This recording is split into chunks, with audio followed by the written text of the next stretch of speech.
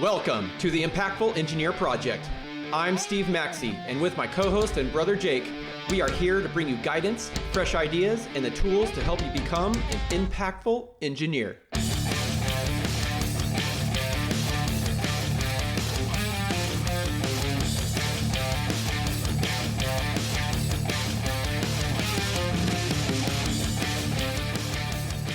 Yeah. Yep. We're going to talk about today? Nope. We are going to talk about reciprocity and also weaving into reciprocity. I prefer mine to go in a circle. Oh. That way you get more people involved. All right. I'm in a good mood today, all right? So leave me alone. You got a little reciprocity recently, huh? Jesus Christ. Well, we're not taking that out of the show. That's in the show. So Sure, why not? I guess you're welcome. Yep. Don't hold it against me. Yeah. All right. We're not doing video anymore, so we're just letting people just a little more into our mindset, like how we think. Let's fucking go, dude. It's kind of scary. Yeah. Hey, before we jump into that, what'd you think of my post? Like just my what did you post? My personal one. It was your personal one. I had a picture of like the meeting room, and it. Oh yeah. No, that's a good one. Yeah. Was that on the back of like you getting promoted? No. Well, I mean, I posted the same day. I actually posted it first. Yeah. I got you. But no, I saw this clip, dude. Steve just got a promotion. Everybody. I did. No, I saw this. This.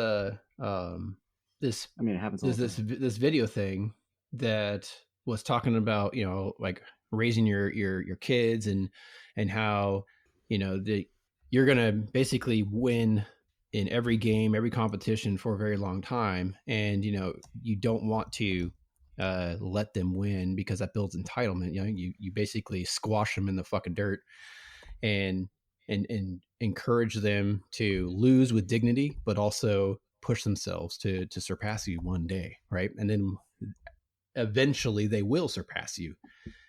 And then at that time, you don't have your instinctual, like, well, I let you, or, I was tired or some bullshit like that. You let them cherish that accomplishment. And now your role as a parent switches from, protector to like advisor. Right. So now you're just a teacher and not just someone who overpowers them. And then because now they are stronger than you and they're better than you, et cetera. And then you just keep encouraging them to surpass you by light years. And then so that inspired me to make that post, turning that into the manager and well, that's what leadership's all about. Exactly. Right. The whole manager engineer relationship is I don't want to gatekeep, and I want to push the team members on my team to surpass me in every area, whether it's technical, whether it's leadership or whatever, so that's what actually inspired that post. I just really enjoyed the parent version of that. And it just like, the kids don't like it in the moment, but they whatever. Don't because you squash them into the dirt. I don't let them win at anything. It's like, I won. Just like when you were here recently and squashed Liam and his risk winning streak. He was not super happy about it. Yeah, but he's but he stuck it out. I give him props because he didn't rage quit. That's right. And well, it's because I've been through the rage quit phase already because I squashed him so many times. So he's learning. Yeah. He's learning how to lose with dignity. Yeah. It's like I did when I was ready to just annihilate the entire table. Yep. I was like, fuck this. Just going down the hallway. But you had to lead by example. Yeah. I was trying to save him by taking you out, and then mistakes were made. It's all good. Well, he made two big mistakes. Uncle Steve comes in and just wipes us. I haven't played Risk in 10 years. Yeah, I literally haven't. Destruction. Yeah. Yeah, man.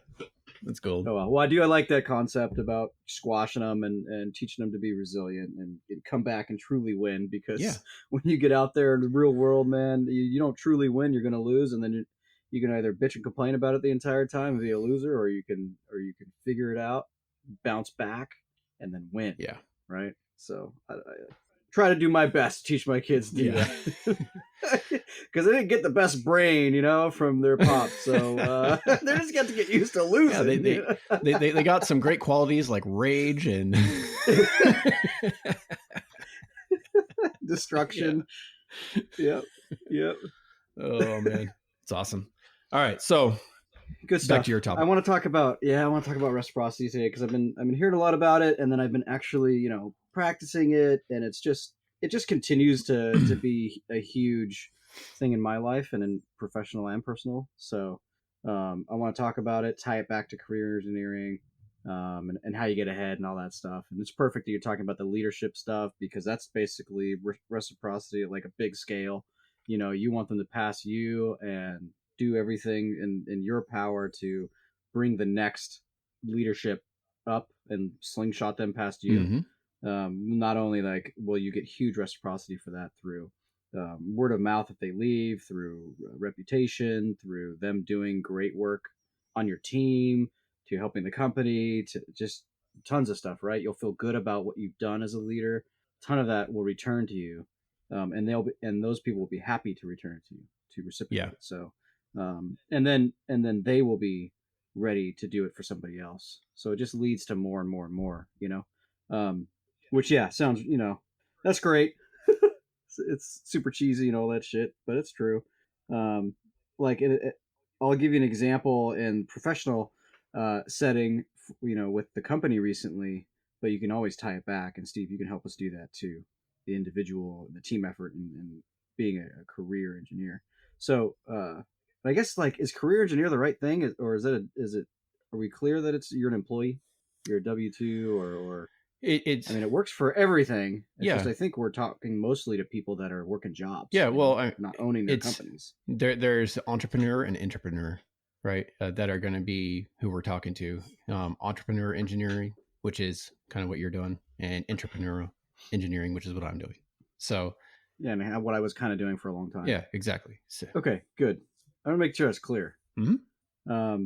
So yeah, like the example, especially in the beginning, I'll probably always do it, but I want to definitely give more than I ever expect back, or could reasonably expect that, quote unquote, the average, or the market, or whatever would do in my same position. I want to be doing more than they would. So that's the goal. And I think that leads to huge amounts of reciprocity. And in my case, it would be gaining reputation as being the problem solver and the person that just gets it done, no matter what, and is super helpful.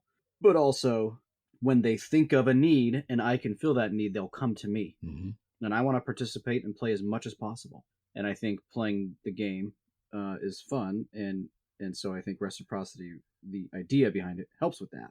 So when I meet somebody and they say, we get to talking, and I always ask, what's the biggest pain point with folks like me?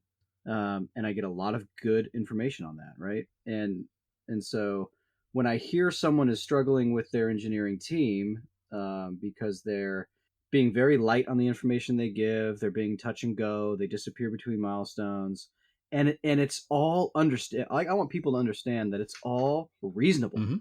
Like the exact example I have is big, well-known companies with high horsepower that are killers, right? And they get themselves into a job and they accept a job with a quote unquote smaller company, maybe a solopreneur, and smaller project. And in this case, it was like a couple of, just like a couple dwelling units, right? But there's these just super high, well-known engineering firms that are on these jobs. And so it's reasonable that they would either ship it to like a greener engineer or a junior staff, because it's just not worth the time for these principals to be pulled away from these high profile paying jobs. So you kind of see that, and so it's reasonable. It's like, okay, great, but I want to blow that out of the water. I was gonna say, to a point, I have a lot to say to that too. Yeah, dude, yes. Yes. And so when I hear that, and I say, you know what? If there's anything I can help you with, you let me know on that particular job. If you have questions, I can advise in no other capacity than I'll just take a quick look. right? And so then I got the chance to do that. So what would a like quote unquote reasonable person do? Would probably not even offer that in the first place because they just want to get paying work. That's a very reasonable thing to do. It's like, oh, if I'm not under contract, why am I going to be doing work? I need to be doing paying work. Logical, but not with this law of reciprocity that I'm talking about. Mm-hmm. You want to build your equity in being super helpful so that you can withdraw from that. So then I went through and it happened to line up with my specialty. I know so much about what this person's talking about, and I can do it quick. A couple hours to do something. I created a 13-page report with everything they need to know, right? At this stage of the project, I answered all the questions they had for the other engineers based on what they received. And they received some pretty light stuff and basically, that's not in our scope, so we're not doing it. And I just did it. I just whipped it out real quick. And I'm like, this is everything, But I just let them know these engineers are great engineers. They know what they're fucking doing. But here's my take on it, and they are actually right, but they're very brief, and they didn't give you the information that you really needed to move forward, get your pricing, go to the next step. They've been very vague, but as an engineer myself, I know all the context behind the words that they put in their little report of like a couple paragraphs. I know what's all behind that, and I'm like, yeah, you're pretty well on the right track. But I gave a bunch of context, calculations, details, things. Here's what to approach the building department with next, and here's what you need to do with the utility, and these are the steps, and that's what I recommend you do. But these guys, they know what they're doing. But anyway, doing that, I mean, it's going to result in being super helpful, and that's my goal. Be useful to people, right? And I really do think that it's one of the cornerstones of providing a great service, building a good reputation. So we'll see how that goes. I think they're going to be blown away by what I can give for free on a Saturday with 2 hours of my time, which I'm happy to give. Yeah. Between loads of laundry and taking the kids out and whatever else I'm doing, making dinner, I just come in here and I'll run my systems on it because I've got all my processes and systems. And here you go. You let me know. I did a full QA/QC on it, read every word. Here you go. So I think that's the point I want to get across is like, I feel like, and when I, as an employee for a long time, that people too often would just stay in their lane, stick to what they're supposed to do, and then not like offer anything. It comes back to the above and beyond thing too. Oh yeah. I'm sure you've got tons of stuff to bring back to like employees, Steve. Yeah. Well, first I want to touch on, like those big organizations, they're complacent. They are, hey, we only want to do the real big jobs because we're this big company and we only need things that pay in the millions, not the single digit thousands, etc. And so they really don't put forth the effort to service those customers. And I think that's a shame because you never know what those customers will become in the long run. You could be doing a super small job for a quote unquote small time customer, and then 2 years, 3 years, whatever down the road, now they're this giant organization that has these massive jobs, and they're like, well, I need this job done, and I had this big company tell me to fuck off and pound sand, so I'm not going to deal with them. But I had Jake over here who like did a bunch of free shit on a Saturday and kicked ass. So I'm going to go reach out to him now. And yeah, imagine what his paid stuff is like. Yeah, absolutely. On a reasonable timeline. Exactly. So there's that aspect. So really, no matter how big you get or what your own position is, never underserve your customers. And your customers, like if you are an employee, it could just be your cross-functional team, it could be the customer of the company, it could be a supplier, etc. Never underserve anyone because you never know what long-term ramifications that can have. Yeah. So, and these companies I don't think they realize that they are shooting themselves in the foot by underserving the small guy. Mm-hmm. Yeah. I would say, why take the job at all? Yeah. I was just about to say, it's better to serve that company, like, hey, we do not have the resources to allocate towards a job of this scale. So we have some recommendations for some other firms that are more aligned with projects of this scope. Way better to do that than to get in and then not serve them well. Exactly. But again, I don't think they think they are underserving, which is, I could only assume, but maybe not.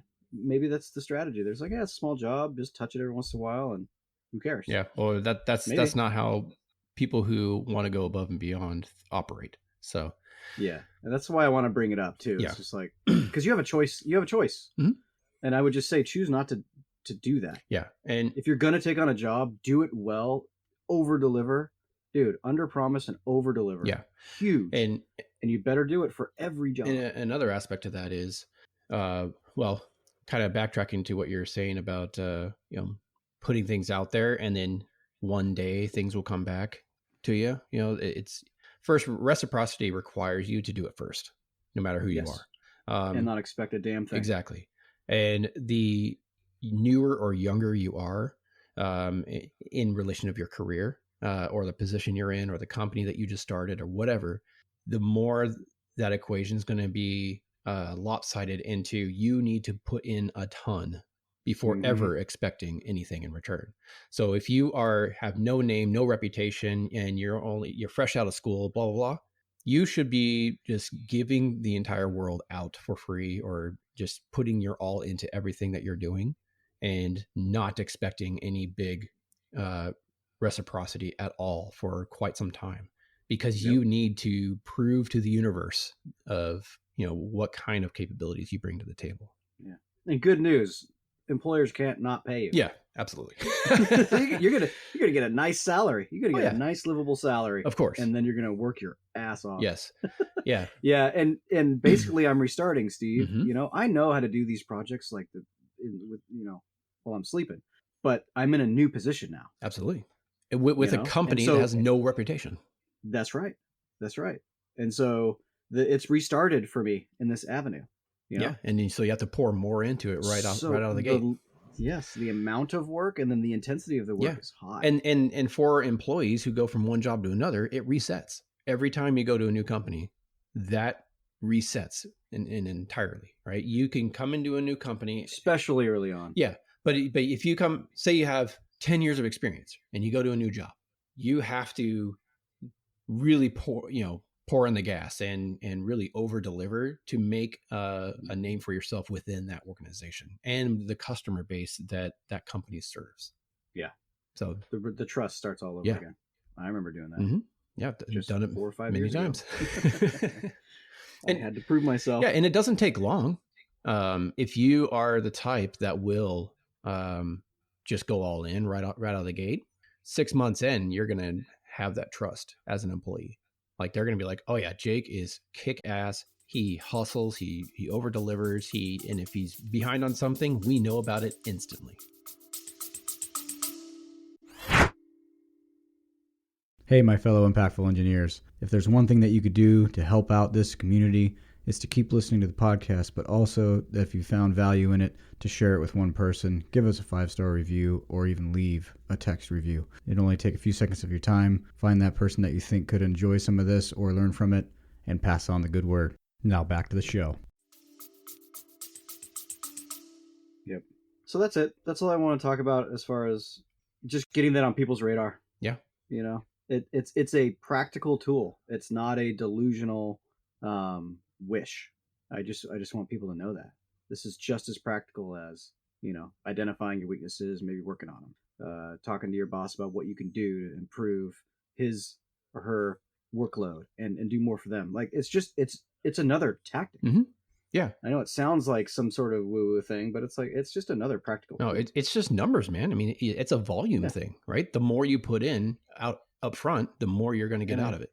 And I've just seen it work, so I would just like to share. That's all. Yeah, yeah, and I mean, this relates heavily to the another post that I saw recently. I think I sent it to you, right? Where early in your career, you have to make up that skills gap by just putting in hours or putting in a ton of extra work to make up for the skills gap and to make a name for yourself. And that whole concept of work-life balance, quote unquote, it goes out the window, right? You have to put in a ton to make a name for yourself and move up the ranks. And there's just no way around it. Yeah, there's no way around it. Sorry. Yeah. I was talking to one of my buddies earlier today and was mentioning how, because I don't know if you know this about our industry, Steve, in AEC, it's like a lot of the engineers are labeled as seller doers. And so it's a big word that comes through. It's a big topic that every engineering firm will be like, oh yeah, we're all seller doers, we gotta be, and while I like that, people approach it in a certain way that kind of just doesn't work out the greatest. And I was talking to my buddy about it, and a couple things. One, when other engineers and other people are out networking, which I do a lot of these days, so I'm learning, I'm meeting a lot of people and learning how they network, and a lot of people just want to tell you about their stuff, while that's the name of the game, that's what I say. I've got to tell everybody about my shit. Got to do it relentlessly. Yes, but there's a way to do it utilizing reciprocity that is a longer game, but it pays off. Ask questions first. Time. And yeah, exactly. So I hear people just naming off who they are, what they do, and important me, important this, and there's how, you got to kind of like lay off that a little bit. And what I do is just learn what the other person does and be the listener and ask questions about their specific role. Because I hear people talking and just blowing by, even figuring out what does this person actually do. So they have a title, it says business development on their tag, and then they work for so and so company, and then but I met somebody that I just do the business development with Perkins Eastman, and we're architects and stuff, and I'm like, okay, well, what is it about your business development strategy that really excites you? Like, when you're here, what are you really looking to discuss? And then we got into some stuff. Yeah. I thought this person, I asked, hey, what's your lead generation strategy? And like, what's that like? Oh, I'm actually passed off and delegated all of that. I don't even do lead gen anymore. I go, oh, interesting. What's the other side of it? And then talking about strategy and hiring and positioning the company to not get ahead of themselves, to build the foundation well first before they take on these huge projects. And they were talking about how they've been overworked for the last 4 years, and that it's great to be busy, but you can see the ramifications and the negative effects of that happening. And we want to take a step back and maybe solve that resource allocation theft problem that we have. And I was just getting into it. I'm like, dude, this is so cool. Yeah. Never would have known if I hadn't just started asking questions. Yeah, just those probing questions. And if you really want to find someone who's like a high impact player in a network event like that, look for the person who's going around asking all the questions, and then go ask them questions. I guarantee you're going to find like someone awesome. And also the people that are like kind of just hanging out in the back, get good information out of them too, because I find that they open up a lot once you start asking about deeper and deeper questions. Just why? Get in there. You learn so much. And then I'll tell you, a lot of conversations where it starts out like you feel like, oh, we're completely different people. Maybe I wouldn't offer my card. Maybe, they really don't seem interested in knowing anything about what I do. Which, after you ask these series of questions and you're getting into it and you're pulling on the threads and you're maybe trying to weave in some common ground, or if they mention something about outside of work and you dive into that a little bit, then it's just like, well, hey, you got a card on you? What's your email? Let's, you on LinkedIn? And I'm like, yeah, sure. When the beginning, it's like, who's this guy? I don't even know. Yeah. I don't yeah. Like oh man, I did something wrong, So that's one. I think I said there were two. And the other example was, if you're trying to bring in more projects, but you're not willing to go out and meet with people and build rapport with them, you'll find that you're not going to do as many projects, right? But you're only going to be working on referrals.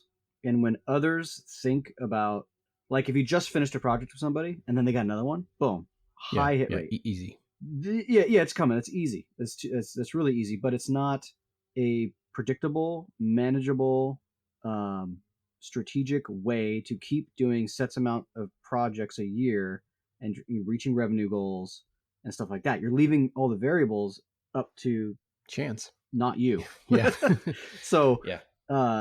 So that's the other thing we talked about. It's like, hey, have these conversations, and just because you didn't talk about a project, a next step that would lead to a proposal, or somebody back at your firm saying, hey, what was the result of that? And you go, well, I talked to a bunch of people, and they go, well, did you bring any projects back? And you go, no, but I think I got some good leads. Well, that was a waste of time. You start hearing, it's like, just because all that's happening doesn't mean you're not making some great headway and making great deposits if you're just out there meeting and doing the work to build the relationships. Because I've talked to many business development people, and it's like, yeah, I went out, I made the connections, I served it up to the principals. I give them weekly updates about what's going on. Hey, we should be reaching out to these people. We should go to their office. We should meet them, figure out what event they're going to be at next, have a strategy, come in, ask questions, see them again. And the principals don't move. If it's not a project, I don't really want to talk about it. I sent them some stuff. Like if they want to work with us, they will. Like they know what we can do. It's like, no, you got to follow up. You got to nurture. You got to be involved. You got to build a relationship, right? And build that rapport. Yes. If all you do is pitch what you do and give them a link to your email or contact page or whatever, that's just going to go in the round file cabinet. They don't care. They're going to get 100 of those things a day. But if you build a relationship, you build that rapport, and you make a memorable impact on them by just a strong connection of some sort, that's when they're going to be like, hey, do you remember Jake? Yeah, he was the guy that blah, blah, blah, blah. And oh man, that guy was great. Do you have his contact information? Oh yeah, I do. It's right over here. And bam, Yeah, and by the way, he just followed up with me last week just to see how I was doing. Yeah, exactly. See what's happening. Yeah. Oh yeah, we talk once a week about our golf game or whatever the hell, Right. So exactly. Whatever it is. And I don't know if people are thinking like this is some sort of sales or closing. Like this is not even in that realm at all. But you're always selling yourself. You're always selling yourself. But this is not like you're in the room, and if you don't do these things to close, and you don't get a lead to write a proposal or like get a signature, then you failed. That's not what I'm talking. This is I got you. Way far from that. Mm-hmm. This is like just the win of the day is meeting a bunch of people that you can then follow up with, and you had a great conversation with and learned a ton from. That's the goal. Yeah. So let's bring this to people who are working at an engineering firm or working for a company that has engineers. Good idea. When you want to be promoted, no matter how effective you are in your project execution, if you are not visible to the leaders that make the decision to move people upward, you are going to struggle to get promoted. So how do you build that visibility? It's not just launching products or completing programs or whatever your metric is of the job that you do. It is building impactful relationships with the leadership team or the executive team, et cetera. If you have the opportunity to do with the executive team, it is building that rapport and the connections to the leaders of the organization. When you are visible and you are top of mind, you're in the hallway conversations, when you're not there, that's when you get promoted. So to boost the visibility of who you are, you have to intentionally build those relationships. It's not just about how good you are at your job. It's about being visible. Yeah. Somebody has to connect the dots. Mm-hmm. Like if you're trying to get somebody promoted, Steve, and you put together the perfect deck and you have all the evidence and it's a really strong application for this person. If the people reviewing the application have only your word to go on, maybe that gets you there. Maybe it doesn't. But if they have witnessed and been close to and have had conversations with the person you're recommending, they can draw the same conclusions that you have. They're like, oh yeah, I've seen that out of this person. This is why they talked that way. This is what they had to say earlier. That totally makes sense what Steve's saying now in his report because I've seen it. I've seen that myself. Yeah. So it'll help you. It'll help a lot. Yeah. And I'm not trying to say that, you just need to go around the office and build relationships and not do your work. You have to do both because the excellent project execution is going to allow you to get the visibility that you need. Yeah. Opens the door. Mm-hmm. So that's how I'd like to tie that into individual contributors or even engineering managers in an organization. You could be stuck as an engineering manager for 20 years. If you are invisible, you'll never move up. you have to get in front of the decision makers, and they have to know who you are, have a relationship with you, and you have to do an excellent job in whatever that you're doing. And more so as the more you go up and up. Mm-hmm. Absolutely. I think it's easier and easier the lower you start. Like pretty much if you're new and you're at the bottom, your direct supervisor is most likely going to be given the green light and is the one who's going to move you up. Yes. You know. Absolutely. Yeah. The higher you go, the more you got to do this, prove yourself, because the bets and the stakes and like everything, it just gets higher. Yeah. It's just bigger. Yeah. The first 2 or 3 levels of engineering are pretty much dominated by the opinions of your direct supervisor. Yeah. But once you get to the 4th or 5th level of engineering, and whether you go to the engineering management track or you go to the subject matter expert track, that's when you need that visibility. But don't wait till you get to that point to start working on that visibility. Start it right now. Like do it as soon as you start your career. Build the relationships, and then you're only going to progress faster as long as you are executing to the level that is beyond expectation, of course. Yeah. It would be interesting to have a discussion about fully remote work and this aspect. Yeah. But we're not going to get into it this episode. No, that's a good discussion. But it's a good one. Yeah. Anyway, all right. Yep. So do things above and beyond, and give more than you take, and don't expect everything in return. Have the lowest expectations possible. It actually drives you to do better work and do more for the company and yourself. Actually, if you just, and by expectations, I mean, if I do this, I shall be promoted on this day, and the next round I will get this much of an increase. Like, just blow your expectations up and away. Like, get out of here, and just increase your efforts towards going above. Yeah. You have to allow time to operate, right? If they don't pay me for this, Steve, Mm-hmm. why the hell would I do this work and deliver it to them? Yeah. Like I said, completely reasonable, logical. It's very logical. If I want to do work, I need to be paid for it, but not if I want to take this route. Yeah. Which I think is a good route. Yeah, you have to have aggressive patience. Allow time to manifest your upward movement, but you have to be relentless in the inputs that you put into that. Yeah, and there will be a time when I personally can no longer do reciprocity in this manner that I'm doing right now.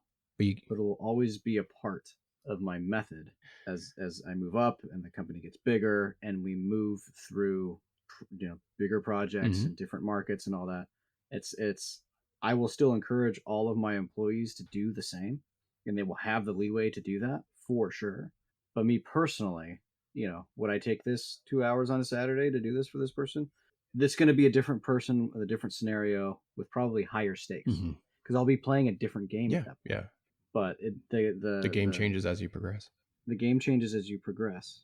The levels change, but the idea kind of remains the same. Mm-hmm. Yep. All right. So I'll close this out. If you learned something today or think someone else needs to hear our point of view, please share the show.